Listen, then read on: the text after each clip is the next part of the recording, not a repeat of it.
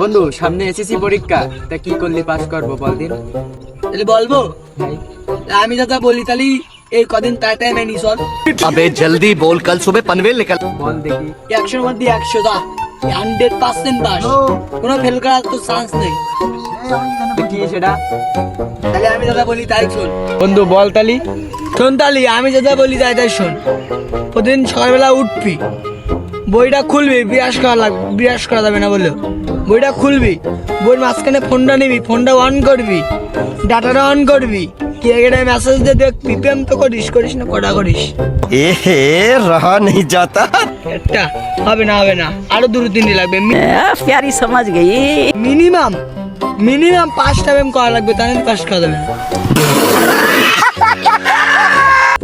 5টা প্রেম করবি, সকাল হবে, একই সাথে বই বলা পড়া যাবে না, বই কম পড়তে হবে। বইতে সবসময় চিন্তা ভাবনা দূরই, কখন মেসেজ দেবে সেটা দ্বারা করতে হবে। বন্ধু এসব করলি পাস করবান তো?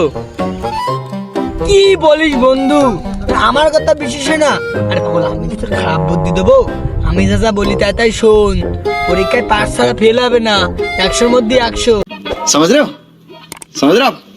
12টার নিচে ঘুম পাওয়া যাবে না। এই 8টা দুটো যত রাত পর্যন্ত স্যাট করতে পারবি তত তোর জন্য ভালো।